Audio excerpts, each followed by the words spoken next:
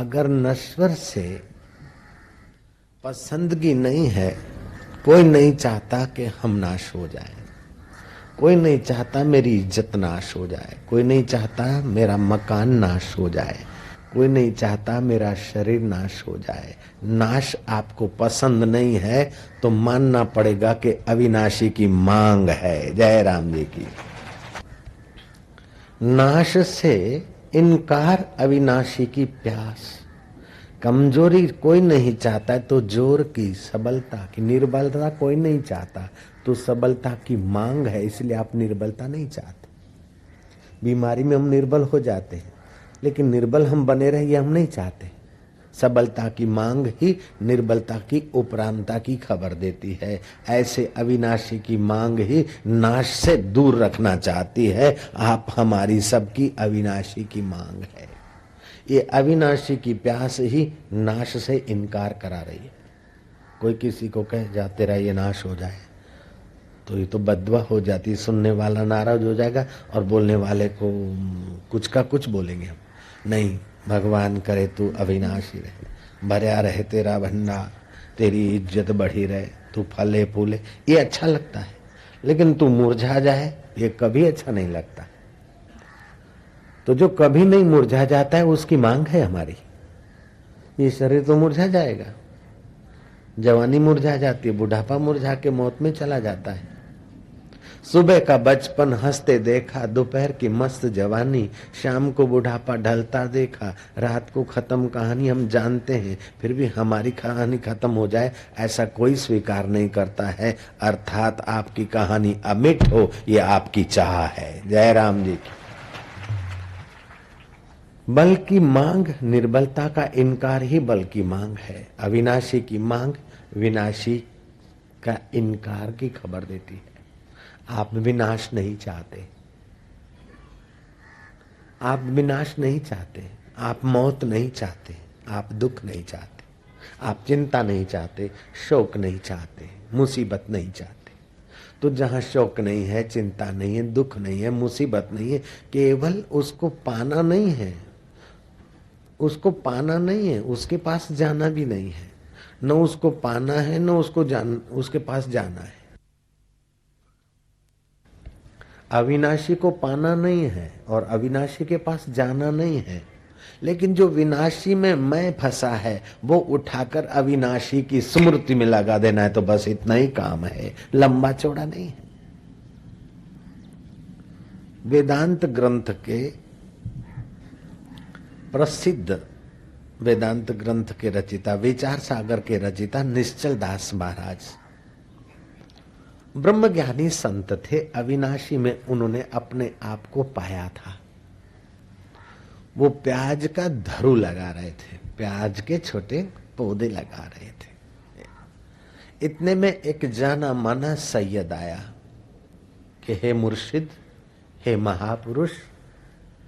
महापुरुष उसको कहते हैं जिसने महान तत्व का, उस परम पुरुष का साक्षात्कार किया है, जिसको सिख धर्म के आदि गुरु नानक देव ने कहा ब्रह्मज्ञानी, जिसकी आंखों से आध्यात्मिक वैव्स बरसते हैं, जिसकी वाणी पर ब्रह्म परमात्मा सत्य स्वरूप ईश्वर को छू कर आती है। पापों का पहाड़ जो लेकर घूमते, ऐसे पापी पर भी महापुरुष की दृष्टि और वाणी बरसे तो उसके पाप के पहाड़ छू हो जाते हैं। उसको बोलते ब्रह्मज्ञानी। ब्रह्मज्ञानी का दर्शन बड़ भागी पावई, ब्रह्मज्ञानी बल बल, ब्रह्मज्ञानी को बल बल जावई। ब्रह्मज्ञानी मुगत जुगत का दाता, ब्रह्मज्ञानी पूर्ण पुरुष विधाता, ब्रह्मज्ञानी का कथ्या न जाई आधा अखर, नानक ब्रह्मज्ञानी सबका ठाकुर। और निश्चल दास महाराज ऐसे थे। सैयद भी अपने इलाके का बड़ा जाना माना प्रसिद्ध धर्मात्मा व्यक्ति, धर्मगुरु की पदवी पे पहुंचा हुआ व्यक्ति। उस सैयद ने आकर निश्चल दास महाराज को प्रणाम किया कि हे मुर्शिद, अल्लाह में मन लगा लो, मेरे मन को अल्लाह में लगवा दो, मुझे हक का प्याला पिला दो। हे मुर्शिद, मैंने कई रूहानी ग्रंथ पढ़े और कई नमाजें अदा की, कई कलमे पढ़े। जैसे दाराशिकों ने कई ग्रंथ पढ़े, अंतिम में किसी ने कहा कि जाओ ये अल्लाह का पूरा स्वरूप समझना हो तो उपनिषद का ज्ञान। औरंगजेब का भाई दाराशिको कश्मीर से चला काशी के तरफ और उपनिषदों का ज्ञान सुना। तब दाराशिकों ने कलम उठाई कि मैंने रूहानी उर्फानी ग्रंथ सुने, उसमें अल्लाह की थोड़ी थोड़ी खबरें हैं, लेकिन उपनिषदों में, हिंदू धर्म के इस रसमय ग्रंथ में तो अल्लाह को खुदा को अपने आप में पाने की तरकीब मौजूद है। दाराशिकों ने लिखा और उसने 17 साल ये उपनिषदों का अमृत पिया और बाद में इन उपनिषदों का अमृत उर्दू भाषी फारसी भाषियों को भी मिले, इसलिए उन्होंने उर्दू, फारसी और संस्कृत का मिश्रण करके कई उपनिषदें बनाई। औरंगजेब के भाई दाराशिकों ने कई उपनिषदों में से एक उपनिषद का नाम है इल्लो उपनिषद। इल्लो उपनिषद का एक श्लोक, हे च फिकर मत कर्तव्यम, हे च फिकर मत कर्तव्यम। अब हेच शब्द और फिक्र शब्द उर्दू और उनका है, मत कर्तव्यम संस्कृत है। हे च फिकर मत कर्तव्यम, हे च फिकर मत कर्तव्यम, कर्तव्यम जिक्रे खुदा, कर्तव्यम जिक्रे खुदा। कर्तव्यम शब्द संस्कृत आ गया, जिक्र उर्दू है, खुदा भी उर्दू शब्द है, इस्लामी शब्द है। हमें तो आनंद है इस्लामी शब्द से, उस अखंड ब्रह्म नायक का, उस परमेश्वर का रस का प्याला पीते हो तो हमें इनकार नहीं है, लेकिन ये सच्चे जीवन की तो मांग है। हे च फिकर मत कर्तव्यम, हे च फिकर मत कर्तव्यम, कर्तव्यम जिक्रे खुदा, कर्तव्यम जिक्रे खुदा। खुदा ताला प्रसादेन, खुदा ताला प्रसादेन सर्व कार्यम फते भवेत, सर्व कार्यम फते भवेत। अब फते उर्दू शब्द है, फते भवे संस्कृत है। जैसे दाराशिकों ने उस आत्मरस को पाया, ऐसे ही निश्चल दास के चरणों में वो सैयद आया कि हे ओलिया, हे फकीर, हे ब्रह्मज्ञानी महापुरुष, मैं आपके शरण में आया हूं, मेरा विनाशी से मन हटाकर अविनाशी में लगा दो। क्या क्या साधना करनी पड़ेगी और कितने रोजे रखने पड़ेंगे और क्या क्या नियम पालने पड़ेंगे, जरा बता दो। मैं सब करने को तैयार हूं, लेकिन मेरा रूह उस रूहानियत की ऊंचाई को छू जाए, ऐसी रहमत करो हे फकीर, हे संत। निश्चल दास मानस आज महापुरुष थे, निश्चल थे अपने स्वरूप में। वो प्याज लगा रहे थे अपने बगीचे में। शरीर से काम लेना भी जरूरी है, थोड़ी बहुत कसरत हो जाती। उन्होंने कहा इसमें क्या बड़ी बात है, काहे को इतने घुटने टेकता है सैयद, अल्लाह को पाना कोई कठिन काम थोड़े है। बोले तो महाराज हमने तो बहुत बहुत रोजे रखे, बहुत बहुत नियम पाले, बहुत बहुत सजदे किए, अभी अल्लाह की रूहानियत की मस्ती नहीं आई। बोले सैयद देख, हित्ता खणी हित्ते टुंब, हित्ताऊ कढ़ी हित्ते रख, यहां से उठा के यहां लगा दे बस। जैसे प्याज का धरुआ है, प्याज के छोटी छोटी कल पौधे, यहां से उठाकर यहां लगा दे। ऐसे हाड़ मांस और मिटने वाले में जो मैं घुसा है, उस मैं को उठा के जो अमिट है उसके साथ जोड़ दे, बस काम बन जाएगा यार। ये हक के प्याले पीने, आत्मरस का सुख लेना कठिन नहीं है, लेकिन जिनको कठिन नहीं लगता है, ऐसे महापुरुषों का मिलना कठिन हो जाता है। जो खिलाड़ी कहे मुझे खेल खेलना कठिन लगता, वो खिलाड़ी नहीं, अनाड़ी है। जयराम जी बोलना पड़ेगा। जो कारीगर बोलता है कि साइकिल ठीक करना कठिन है, स्कूटर ठीक करना कठिन है, कार ठीक करना कठिन है, वो कारीगर नहीं, अनाड़ी है। ऐसे जो इत्थों हटा के इत्थे लगाने में कठिन समझता है, तो वो फिर अब समझ जाना, जयराम जी बोलना पड़ेगा, कठिन नहीं। अगर कठिन होता तो राजा जनक को रकाब में पैर डालते डालते जीवन मुक्ति का अनुभव नहीं होता, पर ब्रह्म परमात्मा का साक्षात्कार नहीं होता। अगर कठिन होता और लंबी यात्रा की मांग होती तो परीक्षित को 7 दिन में तत्व ज्ञान नहीं होता, खटवांग को 2 मुहूर्त में नहीं होता। अगर सरल होता तो सबको हो जाता। जयराम जी की न कठिन है न सरल है, ये अटपटा है, झटपट में समझ में नहीं आता, और एक बार समझ में आ जाए तो सब खटपट मिट जाती है। ये ब्रह्म ज्ञान है, ये जीवन की मांग है। जब तक इस मांग को पूरा नहीं किया, चाहे तुम कितना भी अपना धन का घड़ा पूरा कर दो, सत्ता के शिखरों की साधना सार कर लो, न जाने दुनिया भर का सौंदर्य अपने में भर लो, फिर भी अंदर से कुछ न कुछ खटकेगा खटकेगा खटकेगा, क्योंकि आपकी मांग है नित्य वस्तु की और आप पहाड़ बनाए जा रहे हैं अनित्य के। मांग है नित्य की और बैठे अनित्य में, मांग है शाश्वत की और पकड़ बैठे नश्वर को सच्चा मानकर। नश्वर को सच्चा न माने, नश्वर को नश्वर मानकर उसका सत्युपयोग करे, और शाश्वत को सच्चा मानने की तरकीब सीख ले। केवल थोप कर कोई कह दे शाश्वत को सच्चा मानो, थोपा हुआ नहीं, माना हुआ नहीं, शाश्वत को जाना हुआ होना चाहिए। जानने में मानने में फर्क है।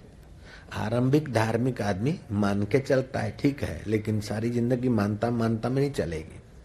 मान लो मेरे हाथ में गुलाब है, तुमने श्रद्धा से मान लिया और सचमुच मेरे हाथ में गुलाब भी है, फिर भी आपने देखा नहीं, आपने जाना नहीं, आप कहते हैं मान लिया है, तो गुलाब है, आप मान भी रहे, लेकिन अंदर में संशय बना रहेगा, खटकाव बना रहेगा। मेरे हाथ में गुलाब की पंखुड़ी है, आप मान लीजिए, आपने जानी नहीं, आपका माना हुआ है, वो माना हुआ पूर्ण आपको विश्रांति नहीं देगा। अब आपने जान लिया। अब मैं कहता हूं कि नहीं है या है, फिर भी आपका ज्ञान आपसे मैं छीन नहीं सकता हूं। ऐसे ही मान लो कि आप आत्मा है, मान लो आप अजन्मा है, मान लो आप नित्य हैं, मान लो आप सुख स्वरूप हैं, मान लो आप ईश्वर की सनातन अंश हैं, आप जीवात्मा है, शरीर की मौत होती है, तुम्हारी मौत नहीं होती है, ये मान लो नहीं चलेगा। तुम्हारी मौत नहीं होती तो तुम अपने को जानो, जो शाश्वत है उसको शाश्वत को शाश्वत जानो, और जो मिथ्या है बदलने वाला है बदलने वाले को जानो। देखा अपने आप को मेरा दिल दीवाना हो गया, ना छेड़ो मुझे यारों में खुद पे मस्ताना हो गया। कोई धन पे मस्त होता है, कोई सौंदर्य पे मस्त होता है, कोई सत्ता पे मस्त होता है, लेकिन धन और सेठ का वियोग जरूर हो जाएगा। या तो धन चला जाएगा या तो धनवान चला जाएगा, या तो सत्ता चली जाएगी या तो सत्ता वाला चला जाएगा, या तो सौंदर्य चला जाएगा या तो सुंदर वाला चला जाएगा। ये जो कुछ मिला है वे सचमुच तुम्हारी मांग पूरी नहीं कर सकता है, चाहे इससे 10 गुना और मिल जाए। साईं आशीर्वाद करो, मैं सोसाइटी कर रहा हूं 25 करोड़ की, आशीर्वाद करो। 12 करोड़ कमा लिया सेठ ने, फिर पूछो क्या हाल है, कि दूसरी मांग चाहिए, तीसरी मांग, इतने में हार्ट अटैक आया और सब छोड़ के मर गया। निगुरे का नहीं कोई ठिकाना, 84 में आना जाना, यम का बने मेहमान, सुन लो चतुर सुजान, निगुरा नहीं रहना। निगुरा होता ही का अंधा, खूब करे संसार का धंधा। जो सरकने वाला है उसी को पा पा के अपनी मांग कैसे मिटा सकता है। आपकी मांग है बेसरक की और पकड़ रहे सरकने वाले को। मनमुख आदमी का वही हाल होता है जैसे मेढक कीचड़ में ही बैठता है, और गुरुमुख का ही हाल होता है जैसे कीचड़ में होते हुए भी कमल कीचड़ के बाहर होता है। मेढक कीचड़ में दबा रहा है, कीचड़ से सना रहता है, और कमल कीचड़ में होते कीचड़ से बाहर होता है। ऐसे जिनको सत्संग मिलता है वे मिटने वाले कीचड़ में होते हुए भी अमिट आत्मा में होते हैं, उनकी ऊंचाई होती है सत्संग के प्रभाव से। और जिनको सत्संग नहीं है उनका वही हाल है जैसे गाय।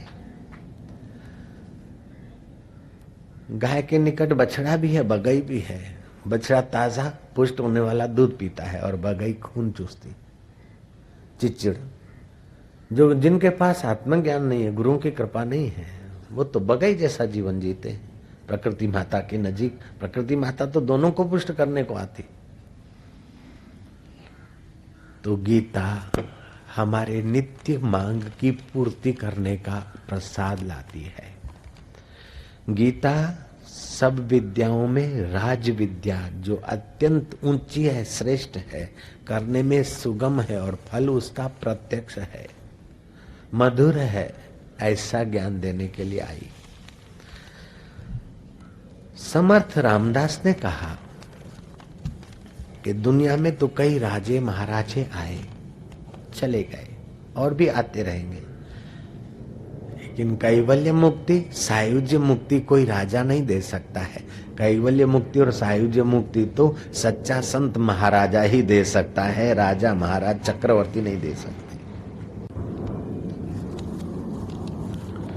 आद्य शंकराचार्य कहते हैं कि पढ़ने योग्य और गुंजाने योग्य, गीत गाने योग्य एक है भगवत गीता और दूसरा विष्णु सहस्त्र नाम। समर्थ रामदास की भाषा में कहें तो महाराजे चक्रवर्ती झाले, महाराजे चक्रवर्ती झाले आहेत पुंडी होती, परंतु कोणी सायुज्य मुक्ती देणार नाही, है ना? कोई सायुज्य मुक्ति देणार नहीं। सायुज्य मुक्ति सद्यो मुक्ति तो सत्संग से मिलती है, गीता के ज्ञान से मिलती है।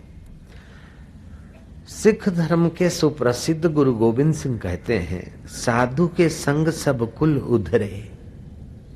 साधु के संग, साधु मतलब जिसने परम कार्य साध लिया है, शाश्वत में अपने को देख लिया है, नश्वर को देख लिया है, इदम को इदम देख लिया और मैं को मैं रूप में देख लिया, यह को यह रूप में देख लिया, यह सिर, यह हाथ, यह पैर, यह मन, यह बुद्धि, इदम को इदम में देख लिया और अहम को जहां से शुद्ध मैं उठती है उस मैं को मैं के रूप में जान लिया, वह साधु है। साध्यंते परम कार्यमिति साधु, जिसने परम कार्य साध लिया वो साधु। ऐसे साधु पुरुष के संग मात्र से गोविंद सिंह जी महाराज कहते हैं, साधु के संग सब कुल उधरे। साधु का संग मिल जाए कुल का उद्धार हो जाता है। आप तो तरता है, कुल को भी तार लेता है, और निगुरे का संग मिल जाए तो आप भी डूबता है और कुल को भी डुबाता है। वैष्णवों संग मळे तो पोते तरे न बीजाने तारे। साधु के संग सब कुल उधरे, साधु संग अमृत गुण गायन। साध के संग पाप पलायन। ऐसे जिसने अपने आप को हक में बिठा दिया है, शुद्ध आत्मा में बिठा दिया है, ऐसे का संग करने मात्र से पाप पलायन हो जाते हैं। साधु के संग पाप पलायन, साध संग लागे प्रभ मीठा, साधु के संग घट घट दीठा। साधु का संग हुआ तो परमात्मा आत्मा मीठा लगने लगेगा। एक बात और दार्शनिक, जिसको तुम अपना मानते हो उसके प्रति तुम्हारा प्रेम होता है। जयराम जी बोलना पड़ेगा। बंबई में कितने ही आदमी हैं, सबको तुम गले नहीं लगते। भीड़ में कितने ही आदमी है, उसको देख के मजा नहीं आता सबको। जिसको तुम अपना मानते हो और जिसकी महिमा और ऊंचाई को थोड़ा बहुत जानते हो, उसमें प्रेम होता है। तो बताओ, ईश्वर की महिमा से बढ़कर पृथ्वी पे किसकी महिमा है? कौन से पीर पैगंबर, कौन से राजे महाराजे धनाढ्य, किसकी? ईश्वर की महिमा से बढ़कर किसी की महिमा है क्या? बोलते हाँ महाराज, ईश्वर से बढ़कर संत की महिमा है। ईश्वर तो आम का वृक्ष है और संत फल है। वृक्ष के पत्ते, डाल, टहनियां ये सब देखने भर को है, सार सार तो फल है। ऐसे ही सृष्टि में तो ईश्वर व्यापक है, सार सार तो महापुरुष होता है, संतों का संग होता है। लेकिन वो संतों का संग और सार सार जब आम का फल मानते हो, लेकिन आम का फल भी गीत तो उसी का वृक्ष का गाता है ना, फल भी तो। संत भी महिमा तो परमात्मा ब्रह्म की करते हैं। तो जिसको आप अपना मानते हो उसके प्रति आपकी प्रीति होती है, बिल्कुल अकाट्य सत्य है जयराम जी की। जिसको अपना मानते हो, बच्चे तो एक से एक सुंदर है, लेकिन माँ से पूछो कि मिठाई लेती तो कौन सा बच्चा याद आता है, कपड़े लेती तो किसका बच्चा याद आता है, गहने और खिलौने लेती है तो किसका बच्चा याद आता है। अपने बच्चे को छोड़कर दूसरे का बच्चा याद नहीं आएगा। अपना बच्चा पहले, बाद में दूसरे का बच्चा है, क्योंकि अपना तो है। एक झाड़ू लगाने वाली महिला को किसी वैष्णव माई ने कहा, नंदिनी जैसी हो कि ले बहन આટલું લઈ જા, જે તને સારો અતિ રૂપાળો છોકરો લાગે ને એને આ હીરા જવેરાતની આ વીંટી પહેરાવજે અને એને કપડા પહેરાવજે. જે તને રૂપાળામાં રૂપાળો છોકરો લાગે ને દુનિયામાં સુંદરમાં સુંદર લાગે એને પહેરાવજે. પેલી બુહારી કરવા વાળી બાઈ ઘરે ગઈ અને પોતાના છોકરાને નવડાઈ ધોરણ કે આના કરતા સુંદર બીજો કયો હશે. લે ઝૂંપડામાં રહે છે તો શું થઈ ગયું, મારો લાલ કેવો લાગે છે, ભલે થોડો કાળિયો રહ્યો, ભલે લીંટ નીકળતી રહી, પણ મારો લાલ તો બહુ જ સારો. મારો વાલો છાતી સરસો ચોપે છે કારણ કે મારો છે, ભલે લીંટિયા છાપ છે. तो जब नाक बहरा ऐसा भी अपना बेटा प्यारा लगता है तो हाड़ मास के बेटे के अंदर वो कितना प्यारा होगा. उसको अपना मानने में तुम्हारे बाप का जाता क्या है.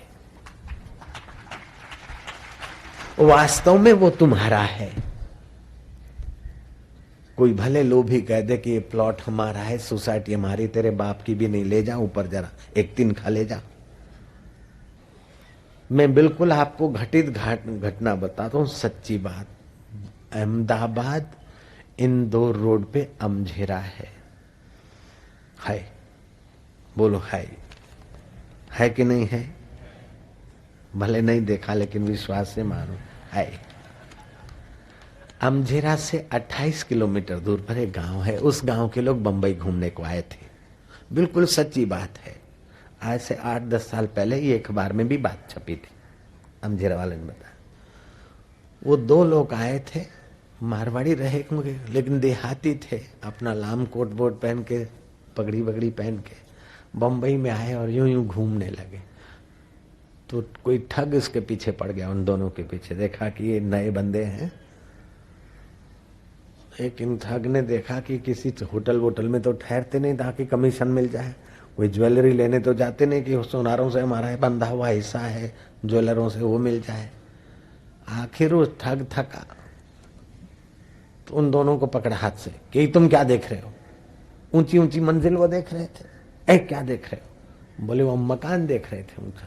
बोले तुमको पता नहीं मंजिल देखने का पैसा होता है, कितना करोड़ रुपए, हजारों लाखों रुपए, करोड़ रुपए लग के भाई बनती है. जो भी देखने आता है उसे पैसा होता है.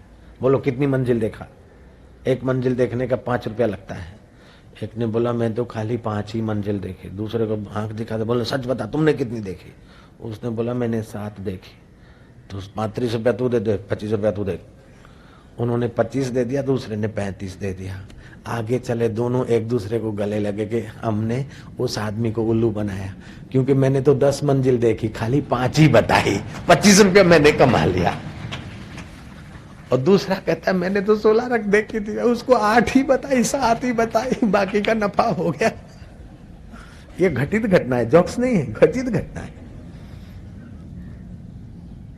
अब वो समझते हैं कि जिसने हमसे पूछा कितनी मंजिल देखी तो हमने उसको पटा लिया, और वो समझता है हमने उसको पटा लिया.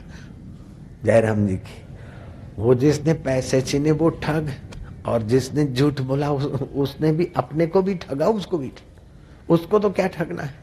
ऐसे ही एक दूसरे को ठग ठग के खुशी मानते कि इनकम टैक्स वाले को हम पटा के आए. इनकम टैक्स वाला बोलता है 25,000 तुमने सरकारी भरवाया, 50,000 अपना साइड में ले लिया, मैंने सेठ को पटाया. सेठ समझता है मैंने इनकम टैक्स को पटाया, लेकिन मौत समझिए दोनों पटे जा रहे हो. बेवकूफों को पता ही नहीं है आयुष्य नष्ट हो रही है.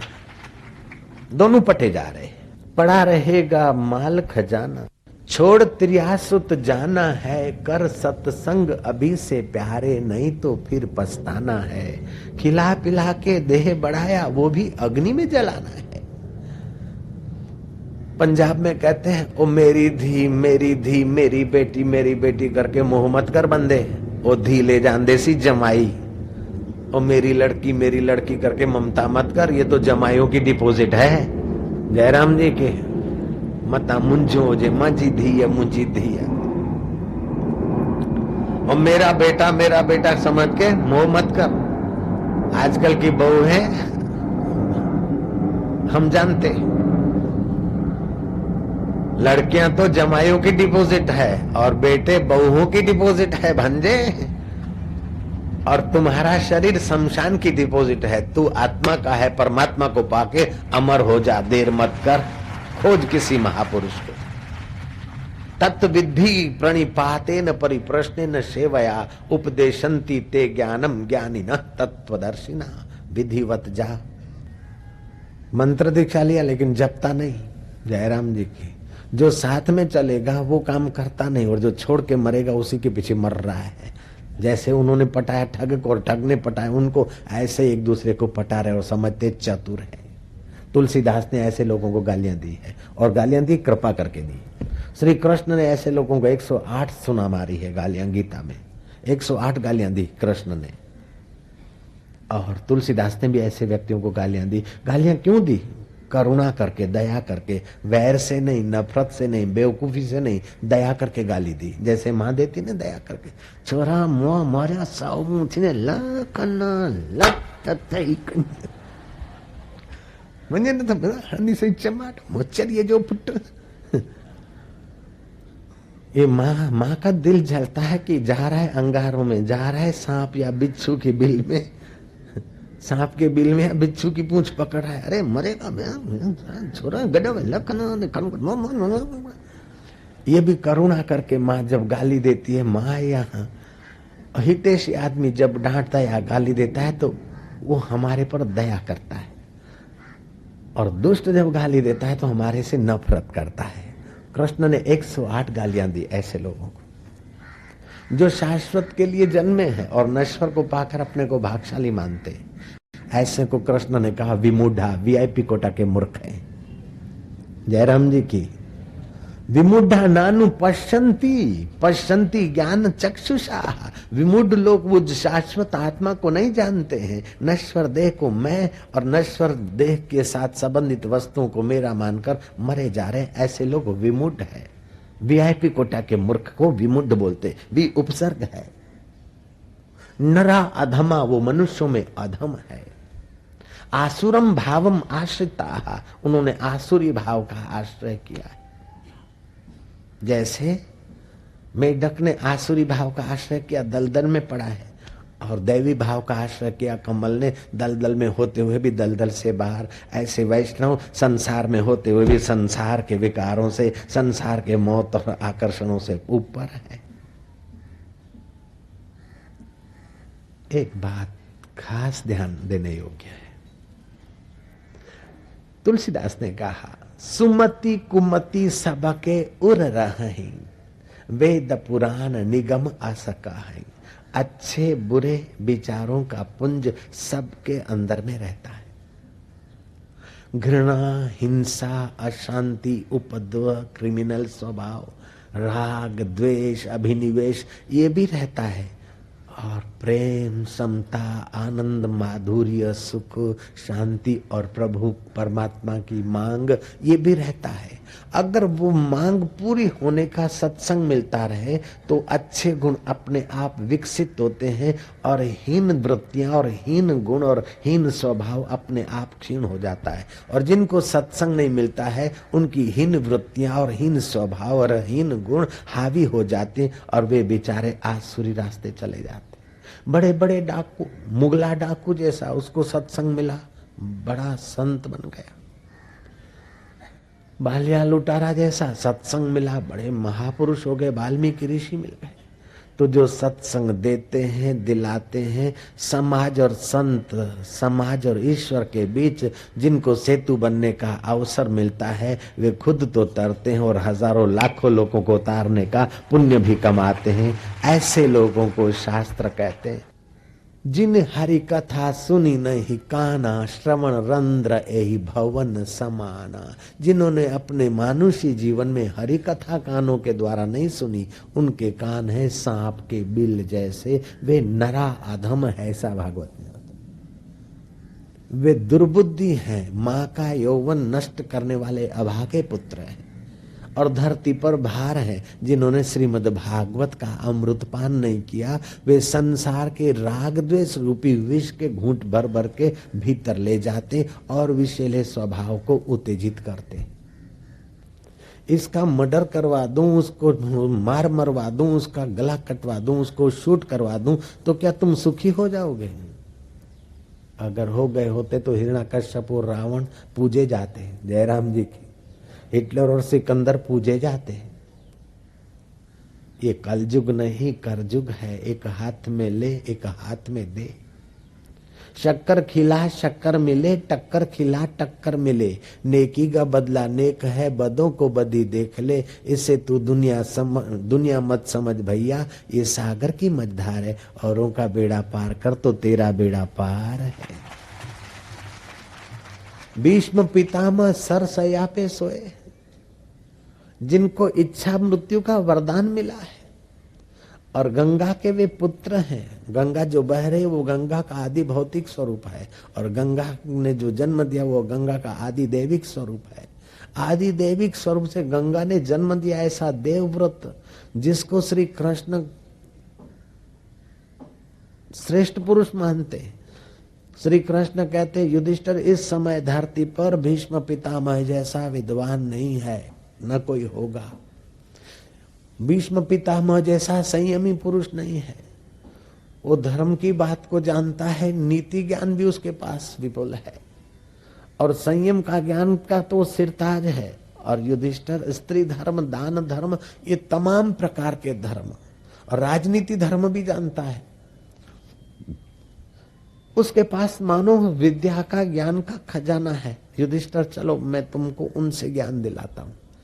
श्री कृष्ण युधिष्ठिर को उपदेश दे रहे हैं, युधिष्ठिर को असर नहीं हो रही है। युधिष्ठिर को भीष्म पितामह के पास ले जाते हैं। भीष्म को कहते हैं कि इनको युधिष्ठिर को ज्ञान दो, आप अब जाने वाले और इनको राज्य करना है, आप ज्ञान दीजिए।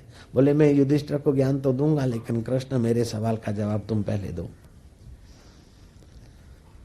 हे केशव, हे राधा रमण, हे गोपी रमण, जो कृष्ण को सेक्सी या कामी बोलते हैं, ऐसे लोगों को मैं कहता हूं थोड़ा सा बुद्धि का उपयोग करो।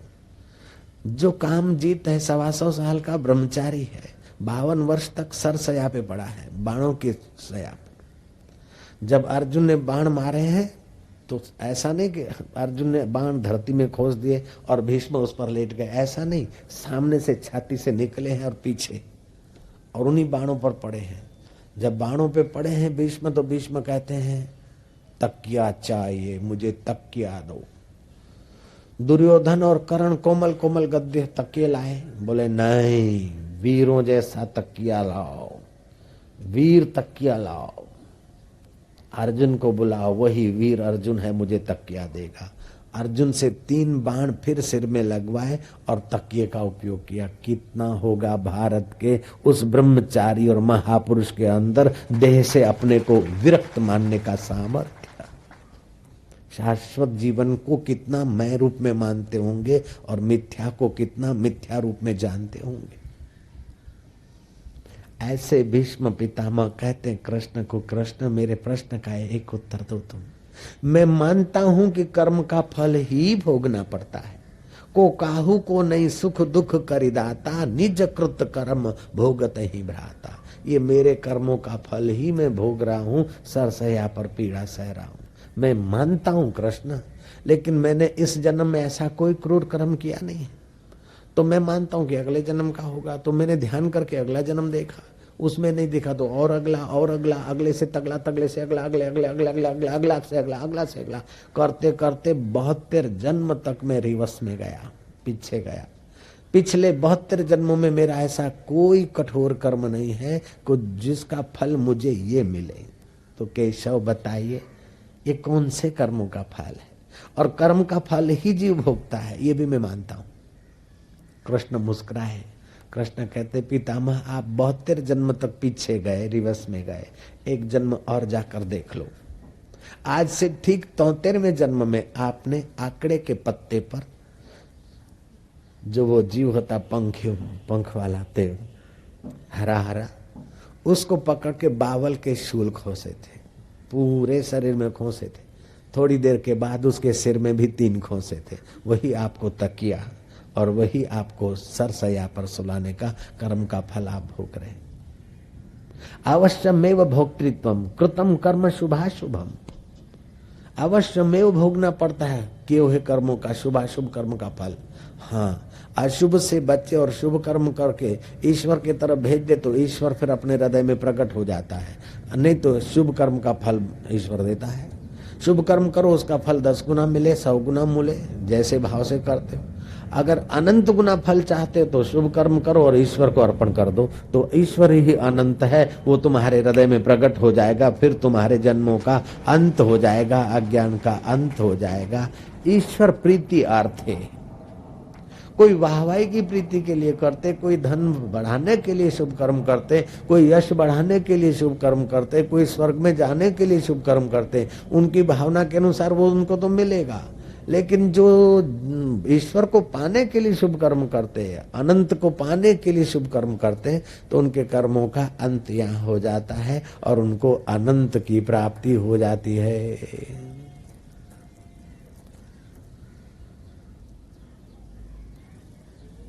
तो शुभ कर्म तो बहुत प्रकार के हैं। श्रीमद् भागवत की कथा का तो शुभ वर्णन करने से बाहर है। अश्वमेघ सहस्त्र करो, बाज पे सैकड़ों करो, फिर भी शुक्र शास्त्र का 16वां हिस्सा भी नहीं, ऐसा भागवत में आता है।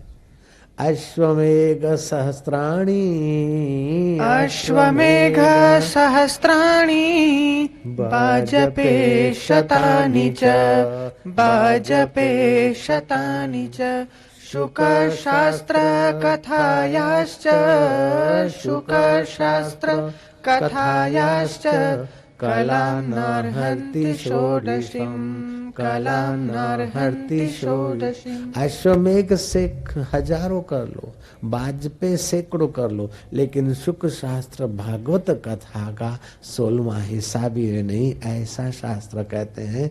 तो वे लोग धनभागी हैं जो 4 कदम चलकर हरि कथा में आते हैं, वे उनका कर्म योग बन जाता है। जो श्रद्धा से बैठते हैं उनका भक्ति योग बन जाता है, और कथा में तो ज्ञान योग का तो प्रसाद मिलता है, अर्थात उनका ज्ञान योग, भक्ति योग और कर्म योग, तीन योग एक साथ में अगर होता है तो वो केवल ब्रह्म ज्ञान की कथा में ही होता है।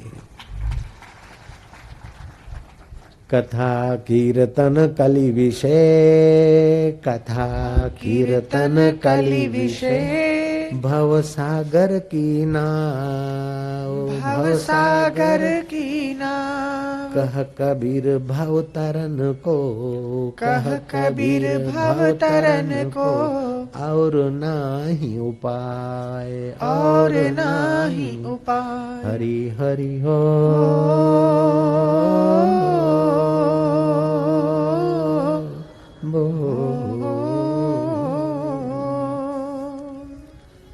श्रीमद् भागवत में प्राचीन इतिहास ऐसा तो भरा पड़ा है,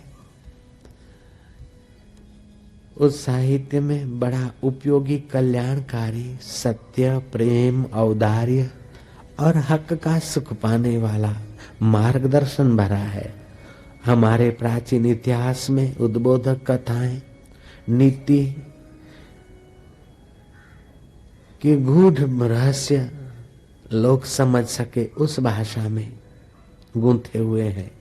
सत्संग जीवन में प्रतिपल चरित्र को दृढ़ करने वाला और सद्गुण को बढ़ाने वाला और भाव को सींचने वाला है। सत्कर्म में प्रवृत्त करता है सत्संग, हृदय को मधुर करता है सत्संग। भारतीय कथाएं ज्ञान, नीति, धर्म और उच्च सिद्धांतों को सरल सीधी भाषा में प्रस्तुत करने की ये बोलियां हैं। उच्च सिद्धांतों को सरल बोली में प्रस्तुत करने की व्यवस्था का नाम है भगवत कथा। हरि कथा ही कथा, बाकी सब जग में व्यथा। डॉक्टर लिवरलीजिरिया लिखता है कि हरि शब्द उच्चारण करने से अन्न नली को ये फायदा होता है, जठरा को ये फायदा होता है, यकृत को ये फायदा होता है। हरिम शब्द उच्चारण करने से किडनी को और गर्भाशय को ये फायदा होता है। हरि शब्द के साथ ओम मिलाकर अगर उच्चारण करो तो तुम्हारे 5 ज्ञान इंद्रियों को ये लाभ होता है। दूसरा वैज्ञानिक कहता है कि तुम्हारे शरीर में जो 5 ज्ञान इंद्रियां हैं, उन 5 ज्ञान इंद्रियों का हाई कमांड कहो, अथवा सुप्रीम सत्ता कहो, वो मस्तिष्क है। और मस्तिष्क का भी वो हिस्सा जहाँ हिंदू लोग चोटी रखते, और चोटी इसलिए रखते थे कि वो हिस्सा ज्यादा एक्टिव हो, वो हिस्सा ज्यादा सेंसिटिव हो। अर्थात चोटी रखते थे, ऋषि मुनि रखने की सलाह देते थे कि ये चोटी प्रकृति के गूढ़ रहस्यों को आपके अंदर भेजने में सफलता, और उसको प्रकृति के गूढ़ रहस्य समझने में आप सफल हो, इसलिए चोटी रखने का काम था। मतलब जैसे टीवी और रेडियो में एरियल काम करती है, ऐसे हिंदू लोग चोटी रखते थे, प्रकृति के रहस्य समझने का काम करते थे। आज से 5200 वर्ष पहले जो लिखा गया उसको सत्य रूप में हम देखते। ऐसा प्रकृति के गूढ़ रहस्यों को समझने की विद्या जिन महापुरुषों ने लिखी है और अभी भी सत्य प्रत्यक्ष होती है। उस जमाने में 20 से 22 साल के बाद ही कन्या मासिक धर्म देखती थी, लेकिन लिखा है कि कलयुग आएगा और कलयुग एकदम अंतिम चरण में आएगा, तब कन्या 12-13 साल में ही मासिक धर्म देखने लगेगी। भाई भाई पैसे, पत्नी और धन जर जोरू के लिए लड़ेंगे। साधु संत गिरी गुफा एकांत छोड़कर नगर के इर्द गिर्द आश्रम बनाएंगे, बनाना ही पड़ते। जयराम जी की गिरी गुफा में हम बैठे रहे तो कौन आता है। मेरे को किसी ने कहा कि सच्चे संतों को तो क्या लेना देना, गिरी गुफा में बैठे रहे, जिनको गरज होगी वहां आएंगे। मैं क्या, देखो बीमार आदमी होता है तो क्या करता है, बोले अपने आप डॉक्टर के पास जाएगा, अस्पताल में जाएगा। मैं क्या, वो बीमार अगर ज्यादा हो जाए तो डॉक्टर को घर आना पड़ता है। ऐसे कलयुग में ज्ञान नहीं, वैराग्य नहीं, विवेक तीव्र नहीं है, मोह माया ज्यादा है, बीमारी ज्यादा है, तो डॉक्टरों को घर घर घूमना पड़ता है, गांव गांव घूमना पड़ता है। अभी मैं ये हिमालय में जहाँ मैं तप करता था, वहां मंडप बना के बैठू तो क्या तुम लोग सब उधर आ सकते थे क्या? और आते तो बैठाते कहाँ हूँ, और आते भी नहीं। तो हम लोगों को तो जो लिखा है भागवत में उसी अनुसार कर रहे हम भी। गांव में, नगर में, शहर में आश्रम बनाएंगे साधु, ऐसा युग आएगा। गिरी गुफा एकांत छोड़कर साधु नगर नगर में, गांव गांव में अपने आश्रम मठ मंदिर बनाएंगे।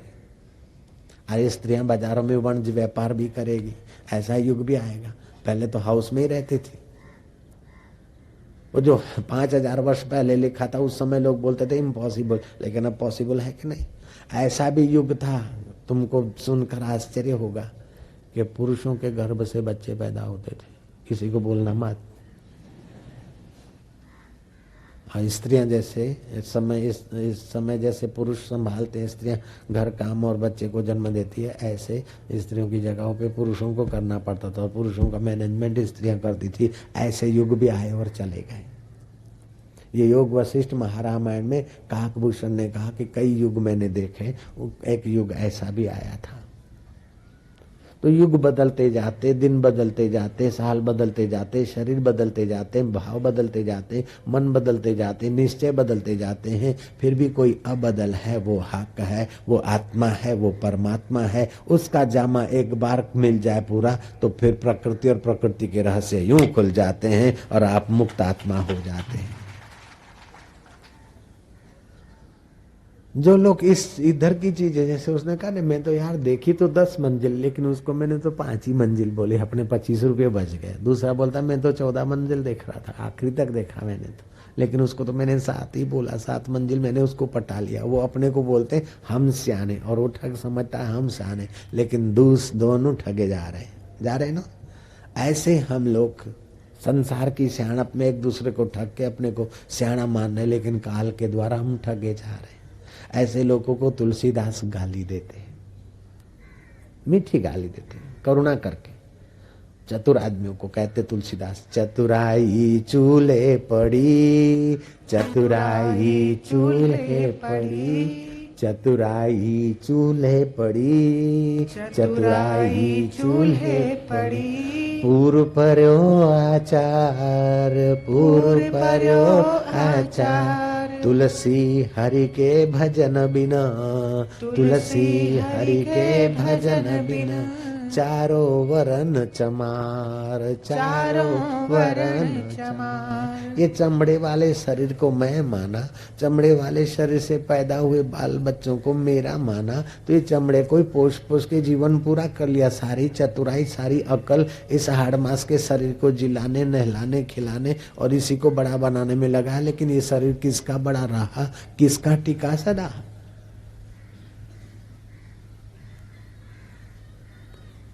दो दिन पहले तो साहब ने बातचीत किया ये वो और एकाएक रात को फोन आया कि वो तो हार्ट अटैक हो गया। अमुक एमएलए था, वो मेरा शिष्य था रमन भाई करके वापी वाला। मेरे को बापू ये करना है ये करना, आपका आशीर्वाद, चलो हो गए। बापू एमएलए होना है, अच्छा बाबू हो गए। दूसरी बार होना है, चलो हो गए। अब क्या चाहते कि ये करना है ये करना है। परसों कुछ आदमी आए, बोले वो तो चले गए, करते कराते सीधे पहुंच गए। तो क्या क्या उम्मीदें होती मनुष्य में। अभी जो शमशान में या कब्रिस्तान में गाड़े जा रहे हैं मुर्दे, आज से 24 घंटा पहले उनको पता भी नहीं होगा कि आज की सुबह हमारी ऐसी होगी। ऐसे ही हम लोग का कभी तो होगा।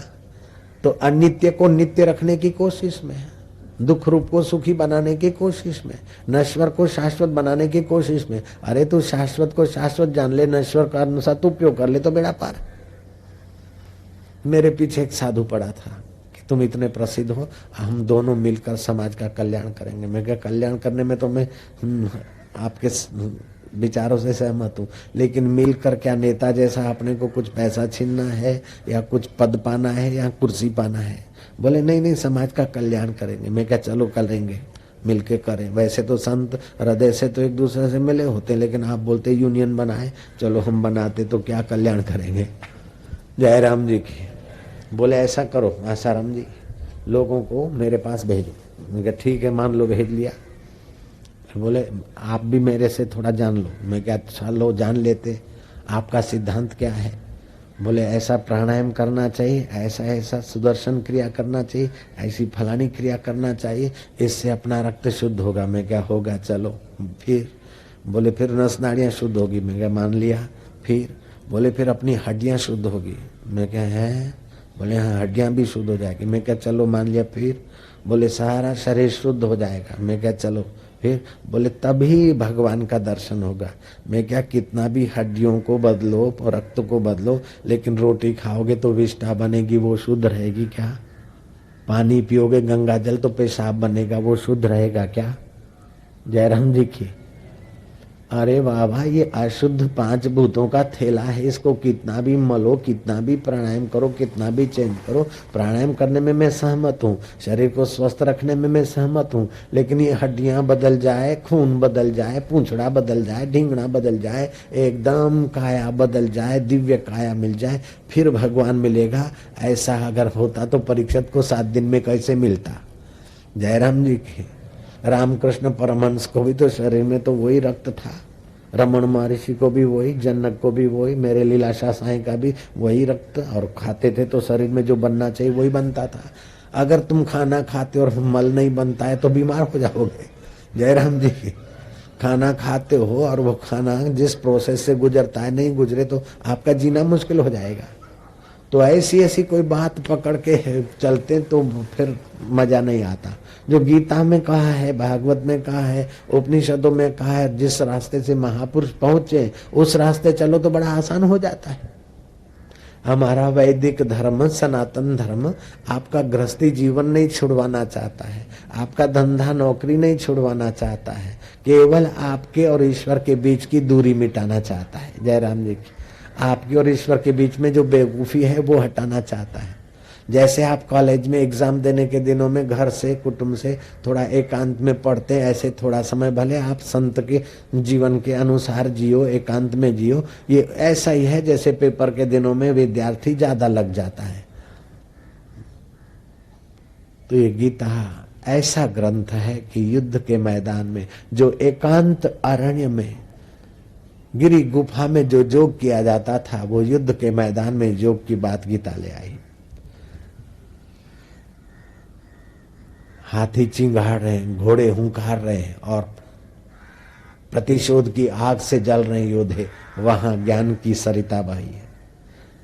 धर्म तो होता है यज्ञशाला में या मंदिर में, लेकिन युद्ध के मैदान में धर्म को लाने वाला अगर कोई धर्म ग्रंथ है तो श्रीमद् भगवत गीता है। मोहम्मद पैगंबर के कोई नाती हुसैन खाना खा रहा था, उसका गुलाम गर्म पानी ले जा रहा था। किसी कारण से बर्तन थोड़ा हिला और गर्म पानी का छींटा मोहम्मद के नाती हुसैन पर पड़ा और हुसैन आग बबला हुआ। लेकिन वो जो दास था, गुलाम था, उसने कहा कि खुदा उन्हीं पर राजी होता है जो क्रोध के अधीन नहीं होते। हुसैन सावधान हो गया। अच्छा, गुलाम के बच्चे, मैं क्रोध तो नहीं करता हूं। गुलाम ने वो वाक्य पूरा करे उसके पहले बोला, लेकिन जो क्रोध नहीं करते हैं उन पे तो राजी रहता है, उनसे ज्यादा उन पर राजी रहता है जो क्षमा कर देते हैं। बोले मैंने माफ कर लिया, क्रोध तो नहीं किया, तेरे को माफ कर लिया। बोले उनसे भी उस पर खुदा ज्यादा राजी रहता है जो उदार है, क्रोध नहीं करते, क्षमा करते और बस क्षमा करके बैठ गए। नहीं, जो उदार है उन पर राजी ज्यादा रहते। उठा के 5 अशर्फियां दे दिया। ले बोले, वो गुलाम सोचता है कि ये तो मैंने जरा सा सत्संगी बातें सुनी, मेरी मौत और उसकी आत्मिक मौत और मेरी बाहर की मौत, दोनों मौतों से बचाने वाला ये सत्संग का 3 वाक्य ने हमारा दोनों का कल्याण कर लिया। एक घड़ी आधी घड़ी, एक घड़ी आधी घड़ी, आधी में पुनियाद, आधी में पुनियाद, तुलसी संगत साधकी, तुलसी संगत साधकी, हरे कोटि अपराध, हरे कोटि अपराध, हरि ओ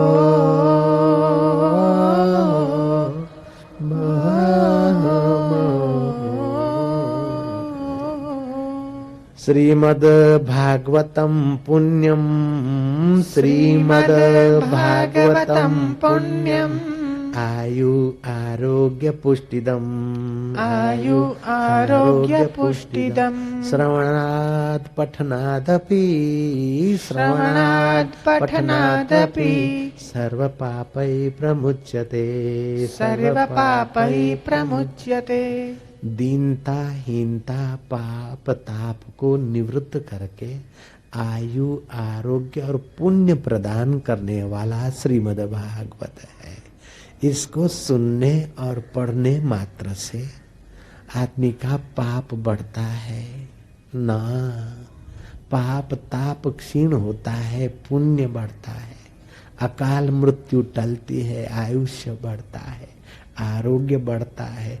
क्योंकि सत्संग सुनेगा सात्विकता होगी, सात्विकता से आरोग्य की रक्षा होती। सत्संग सुनेगा सज्जन भाव उठेगा, तुम्हारे रक्त के कण पावन होंगे। 1 घन मिलीमीटर ब्लड में सज्जनों के संग से 1500 जैसे श्वेत कण उत्पन्न हो जाते हैं और दुष्ट और दुराचारियों के संग से 1600 जैसे श्वेत कण नष्ट हो जाते हैं। सम्राट अशोक का बर्थडे था, सम्राट अशोक का जय जयकार हो रहा था। इतने में अशोक ने इशारा किया कि रथ रोको। सामने कोई संत को देखा, रथ को रोककर सम्राट अशोक ताजबाज उतार कर, आडंबर छोड़कर, जूता रथ में रखकर अशोक सामने गया, संत के चरणों में मत्था टेका। ये दृश्य देखकर सम्राट अशोक का जो खास मंत्री, तो सम्राट अशोक के मंत्री ने शाम को चेंबर में कहा कि माना कि आपको संतों के प्रति श्रद्धा है, हमने माना कि संत का दर्शन सत्संग पुण्य देता है, ये माना। हमने ये भी माना कि संत का दर्शन जो नहीं करता है, संत के पास नहीं जा सकता, वो अभागा है, ये भी हमने माना। आप सौभाग्यशाली, ये भी हमने माना। लेकिन आपको संत के दर्शन करने थे या प्रणाम करना था तो हमें बोल देते। वो तो नंगे पैर जाने वाला बाबा था, उसको हम पकड़ के ले आए थे चेंबर में और एकांत में आप उनको प्रणाम कर लेते। लोगों के सामने उनको प्रणाम करके सम्राट आपने तो हमारा सिर नीचा कर दिया, जहां हजारों मस्तक झुकते। राजाधिराज अन्नदाता महाराज घड़ी खम्मा अन्नदाता प्रतिपला गौ ब्राह्मण प्रतिपाल सम्राट अशोक विजयी भव जय जयकार। आपका बर्थडे मनाया जा रहा था और आप फिर उस साधु के कदमों में अपना सिर रख रहे। महाराज दोबारा ऐसी अति श्रद्धा न हो, ये हम प्रार्थना करते हैं, क्योंकि हम आपके मुख्यमंत्री हैं जयराम जी के, उपमुख्य या मुख्य कह दो, जयराम जी की। हम चाहते कि हमारे सम्राट का सिर ऊंचा रहे। अशोक ने देखा कि सिर ऊंचा कैसे होता है, इन बेवकूफों को पता ही नहीं। जयराम जी की अहंकार से सिर ऊंचा नहीं होता है, वो सर नहीं कि हर दर पे झुकता रहे, और वह दर नहीं जहां सज्जनों का सर न झुके। शिवा का बाप ले गया शिवा को बीजापुर नरेश के पास। 12 साल का शिवा था। बेटा ये अन्नदाता है, जहां पना है सिर झुकाओ। वीर शिवा ने सिर नहीं झुकाया। बेटा हाथ जोड़ो, हाथ नहीं जोड़े। बेटा सिद्धा करो, झुको, प्रणाम करो, ये अन्नदाता है, बीजापुर नरेश है। शिवा ज्यों का त्यों खड़ा रहा, आंख से आंख लड़ा के, आंख की पलक भी नहीं गिरने दी उस वीर माता के पुत्र ने, वीर शिवा ने। बाप जरा डरा, घर आया। शिवा बीजापुर नरेश का मेदरबानी और वो राजा साहब अन्नदाता, और उनके आगे तुमने सिर नहीं झुकाया। बोले उनके कारण बरसात नहीं होती, उनके कारण सूरज नहीं तपता, उनके कारण अन्न नहीं होता। हाँ, अगर कोई धर्मात्मा सज्जन राजा होता तो ठीक, ये तो औरत पे औरत रखने वाले और प्रजा का खून पीकर मौज उड़ाने वाले ऐसों के आगे शिवा का सिर तो क्या झुकेगा। शिवा की पलकें भी नहीं झुकेगी पिताजी, शिवा का सिर झुकेगा माता पिता और समर्थ के चरणों में, या तो फिर तुलजा भवानी के कदमों में सिर झुकेगा, जहां तहां शिवा का सिर नहीं झुकता। वो सर नहीं कि हर दर पे झुकता रहे, और वो दर नहीं कि सज्जनों का सर न झुके। अशोक ऐसा महात्माओं का प्यारा और पारखू था, सम्राट अशोक। उस अपने वजीर को कहा कि इसका उत्तर मैं कभी तुमको दे दूंगा। कुछ दिन हुए, वो भूल गए बात। एक थैला दिया, उसमें मुर्गे की मुंडी, बकरे की मुंडी, सुअर की मुंडी, मछली की मुंडी, पल्लेजू मुंडी, पल्लो मच्छी, इनकी मुंडियां, और एक मनुष्य की खोपड़ी मुंडी दे दी। बोले जाओ बेच के आओ। और मुंडियां तो बिच गई, लेकिन ये इंसान की खोपड़ी भला कौन खरीदेगा? वो मुंडी कौन खरीदेगा? वो मंत्री महोदय वापस आए, बोले कोई लेता नहीं। सम्राट कहते क्यों? बोले अब ये किस काम की? बोले मुंडी तो मुंडी है, खोपड़ी तो खोपड़ी है, फिर चाहे अशोक की हो या किसी के, जब तक इसमें प्राण है तब तक इसकी कीमत है। जो एक दिन बेकीमत की हो जाएगी, वो मैं भगवान के नाते संत के चरणों में झुका दी तो मैंने घाटा क्या किया है। लोगों के सामने वाहवाही हो रही थी, अहंकार बढ़ने का मौका मिल रहा था।